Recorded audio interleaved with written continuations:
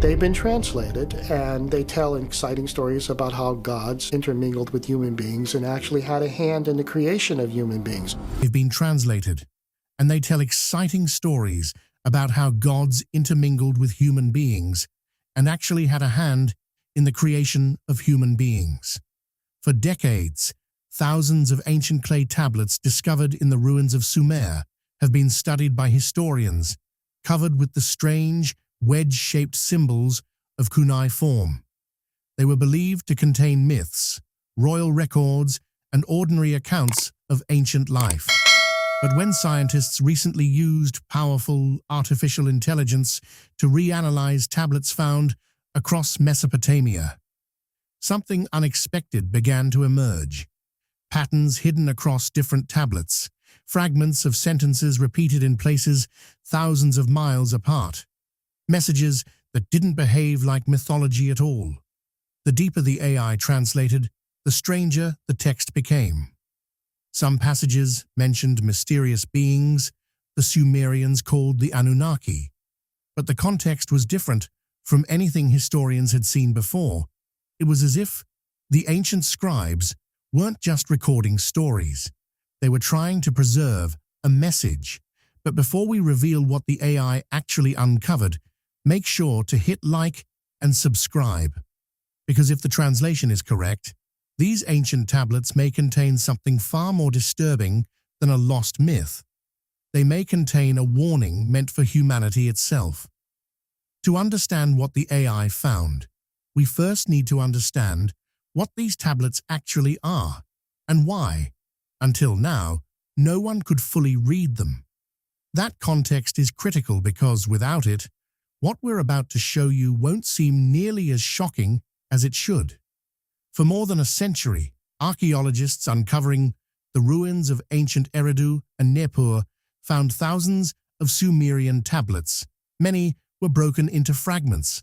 Others sat untouched in museum storage rooms, untranslated, mislabeled, or simply forgotten. Cuneiform, the world's oldest known writing system, is notoriously difficult to work with. Its symbols shift in meaning depending on context. Many of its words have no modern equivalent.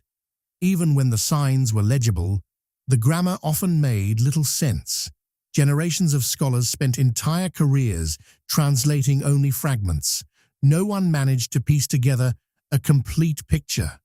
And because of that, the world never saw the full story until 2025. That year, machine learning models trained on thousands of cuneiform inscriptions were released to research teams. These weren't simple translation tools. They identified missing symbols. They predicted broken endings. They cross-referenced dialects from Ardean, Babylonian, and Old Sumerian simultaneously. Suddenly, tablets that had been silent for 4 millennia began to speak again. And what they said was nothing like what anyone expected. For years, these texts had been dismissed as poetic creation myths. But once AI restored and compared them side by side, hidden details surfaced. The tablets contained records, detailed ones. They described labor systems, classifications of people, and procedures involving blood, clay, and purpose. Some tablets listed these details in repetitive sequences. Others told them in narrative form. But across all of them, the same consistent patterns appeared. The first shock was the discovery of multiple origin stories. The tablets did not treat humanity as a single invention. They used different terms, each tied to a role, a function, a purpose. They spoke of shaping forms after the likeness of the divine, but dividing them immediately by what they were made to do. Humanity, according to these texts, was not created as one people. It was separated from the very beginning. And one group, described more than once across completely different tablets, was created with a single defining trait above all others: obedience. Now, what exactly that means and what it looked like in practice is where the story gets deeply uncomfortable. Humans were created, but not as one species. The myth we grew up with was always simple. Gods made man from clay, but the newly decoded tablets tell a far more layered and far more disturbing story. They don't describe one act of creation. They describe stages, trials, failed experiments, and variations. Humans weren't created as a single race. According to these lines, they were prototypes, models. Each batch was tailored to a different purpose, with specific physical functions assigned from the start. The tablets also used different terms to describe these early humans, words that scholars had long assumed simply meant people. But AI flagged critical differences. Some versions used the term Lulu, loosely meaning man. Others used Sag-Gig, which one Sumerologist translated decades ago as the black-headed people. That phrase was ignored for years, but AI connected it to a separate passage describing a group marked for toil, with bodies molded from dark clay, and, chillingly, eyes that do not question. AI also flagged several recurring phrases that stood out. One translates loosely to function bearing life. Another refers to those who do not multiply. A third, and this one stopped researchers cold, was clay of lower glow.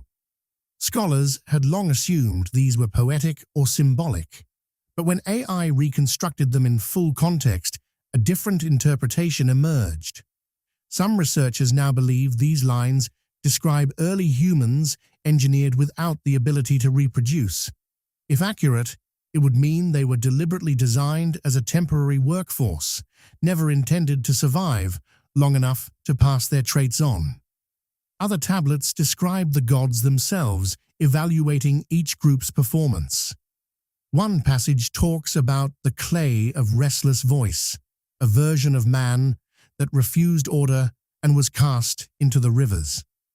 Another mentions a group whose limbs were too weak to bear tools, sent back into the mountain to be forgotten. It's hard not to look at this and think of a system, a program that starts with a goal and solves it not by creating equals, but by building specialized tools, tools that look like us. The tablets even describe a specific region called Iden, a flatland. Between two great rivers lay a region the tablets describe as a kind of workshop, a place where humanity itself was produced. Each time a new group was created, the gods would examine them, give them names, and sometimes erase them completely if they failed to meet expectations. For centuries, no one noticed these patterns. The fragments were scattered across museums and excavation sites. Only when AI placed the pieces side by side did the hidden structure become visible. And once those pieces were connected, a disturbing question appeared. If the earliest humans were designed like this, what happened when that design stopped working? The next stage of human creation. The first humans did their job. They followed orders. But there was a serious flaw in the system. They couldn't reproduce. Every single one had to be crafted individually from clay, mixed with blood and divine command. This limitation wasn't an accident. It was intentional. It allowed the gods to maintain total control over the population. But eventually that control became a problem. Some passages hint at rebellion. Others describe exhaustion among the gods themselves. Too many humans were dying, and creating replacements by hand was slow and inefficient. The system simply couldn't keep up. So a new solution was proposed. The tablets say the god of wisdom, Enki, decided to redesign the human model. The translation describes what followed using language that researchers found surprisingly technical. Something was added to the original design, a modification. But this change didn't go unnoticed. Enki's brother later discovered what he had done and strongly opposed it. The new version of humanity would be different, stronger, smarter, capable of surviving without constant supervision, and most importantly, able to reproduce, the creation of Adapa. According to the tablets, this new type of human had a name, Adapa. Unlike the earlier versions, Adapa wasn't created purely as a laborer. The texts describe him as chief among men, a figure blessed with extraordinary perception and understanding. He could think, speak, reason, and lead others. His intelligence allowed him to understand the will of the gods and carry it out. But even Adapa's knowledge had boundaries. He was allowed to know much, but not everything. Eventually, his obedience would be tested. In Sumerian tradition, the gods were known as the Anunnaki. Adapa was summoned before Anu, the ruler of the heavens. During that meeting, he was offered something extraordinary, the food of eternal life. But before he left for this encounter, Enki gave him a warning. Do not eat, do not drink. Refuse whatever they offer you. So, when the moment arrived, Adapa followed the instruction. He rejected the gift, and in doing so, he unknowingly turned away immortality. In a single decision, humanity lost the chance to live forever. Whether Enki's warning was meant to protect him or deceive him remains unclear. The tablets never explain his motive, but the outcome was undeniable. Humans would live, they would grow, they would multiply, but they would always die. The beginning of division, Adapa's creation, marked the beginning of something even more troubling: division. Not every human received the same improvements.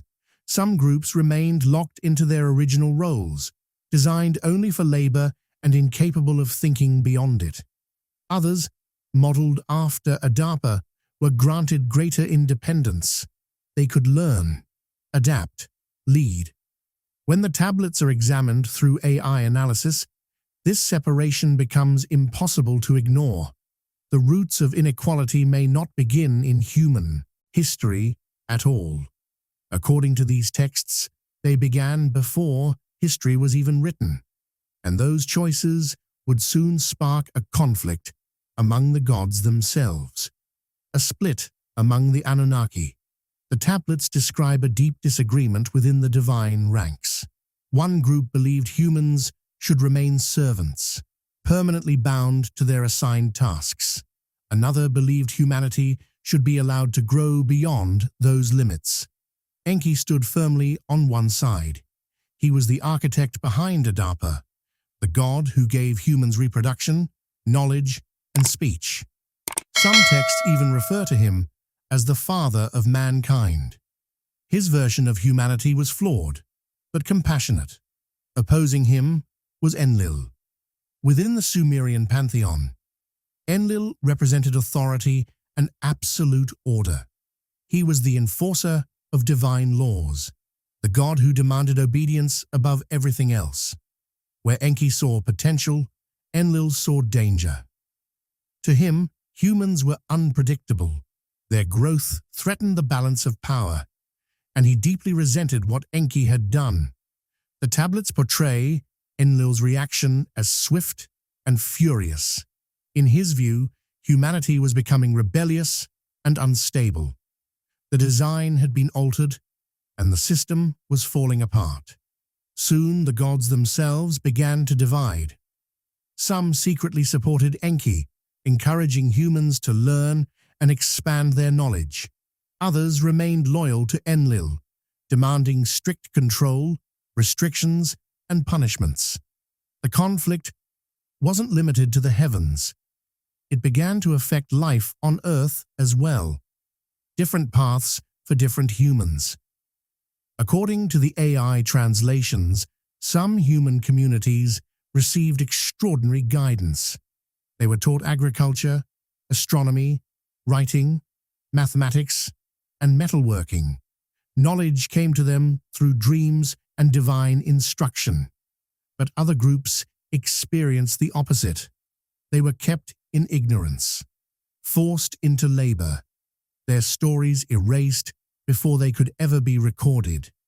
The differences between regions described in the tablets are striking.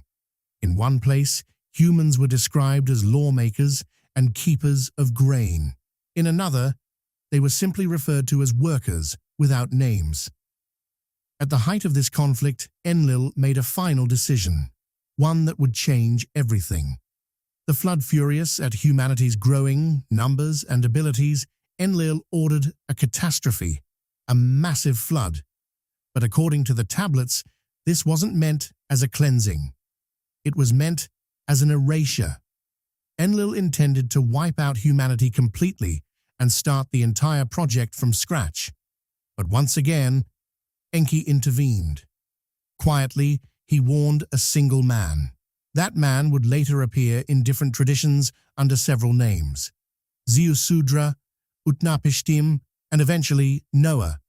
Enki couldn't save everyone, but he saved enough people to preserve the version of humanity he believed in. The conflict between the gods didn't end after the flood.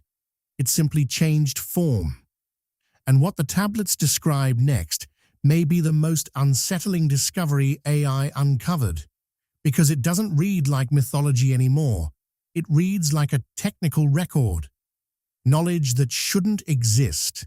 Hidden among hymns and genealogies are passages that sound nothing like ancient stories. Instead, they resemble descriptions of machines, materials, and technologies far beyond what historians expected from a civilization over 5,000 years old. Some passages seem to describe flight. Others mention metals, reacting to intense heat in ways that suggest advanced metallurgical knowledge. One section even refers to energy powerful enough to turn daylight into fire. Another describes vehicles with wooden and metal wings roaring across the sky, powered not by wind, but by flames burning inside them. One line mentions a sealed chamber containing liquid metal, driven by pulses and thunder. For generations, scholars dismissed these descriptions as symbolic language. But when AI compared the fragments across dozens of tablets, a consistent pattern appeared. The same components repeated again and again: wings, heat chambers, propulsion, explosive force. And the texts never present these things as imaginary. They claim these tools were gifts from the gods, but only for certain humans. Knowledge, according to the tablets, wasn't discovered naturally. It was distributed, and sometimes it was turned into a weapon. The AI also detected several passages describing devastating lights that burned the land and left nothing alive behind. Others speak of mountains split apart by fire and entire cities disappearing in a single day. For decades, historians believed these were poetic descriptions of storms or earthquakes, but some researchers are starting to question that explanation. Because if the translations are accurate, the tablets might be describing technologies humanity wouldn't rediscover for thousands of years.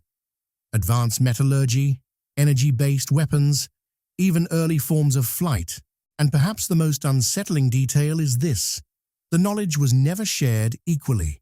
Some human groups received it, others were deliberately kept in the dark. In fact, certain populations were denied even the ability to use written language, which raises a troubling question. What kind of civilization would give advanced technology to some while making sure others remained completely powerless? Why would a civilization give advanced knowledge to one group while denying another even the ability to speak or write? The answer suggested by the tablets is unsettling. Human society, according to these records, was designed like a hierarchy from the very beginning. Humans were never placed at the center of that system. They were placed at the bottom. And even within humanity itself, the structure wasn't equal. Some people were meant to lead, others were meant to serve, and those who challenged the system simply vanished. One mysterious line in the tablet states, "They were shown the mountain, and the mountain did not return them." We still don't know exactly what that phrase means, but within the pattern the AI uncovered, its implication is chilling. Technology in the ancient world may not have been a miracle at all. It may have been a tool, a lever used to divide one group of humans from another.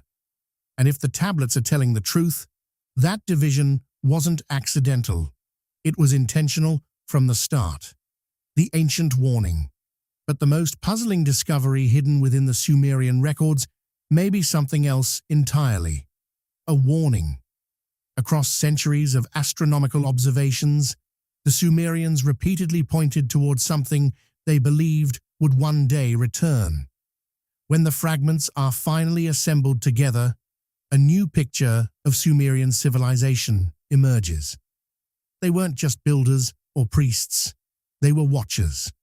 For more than 700 years, temple scholars in cities like Ur and Babylon carefully recorded the movements of the sky, eclipses, planetary alignments, and the slow shifting of distant stars. They did all of this without telescopes, without modern calculations, because they believed the sky itself carried messages, and they were waiting for something. One name appears again and again in those records, Nibiru. Some interpretations describe it as a celestial body traveling through space on a vast and elongated orbit, one that returns roughly every 3,600 years. For a long time, historians dismissed the idea as mythology. But when AI reconstructed damaged passages and filled in missing lines, researchers discovered something unexpected: patterns, references to repeating cycles. Long-term astronomical warnings tied not just to Nibiru's arrival, but to the consequences that followed it. The tablets never describe Nibiru as just another planet.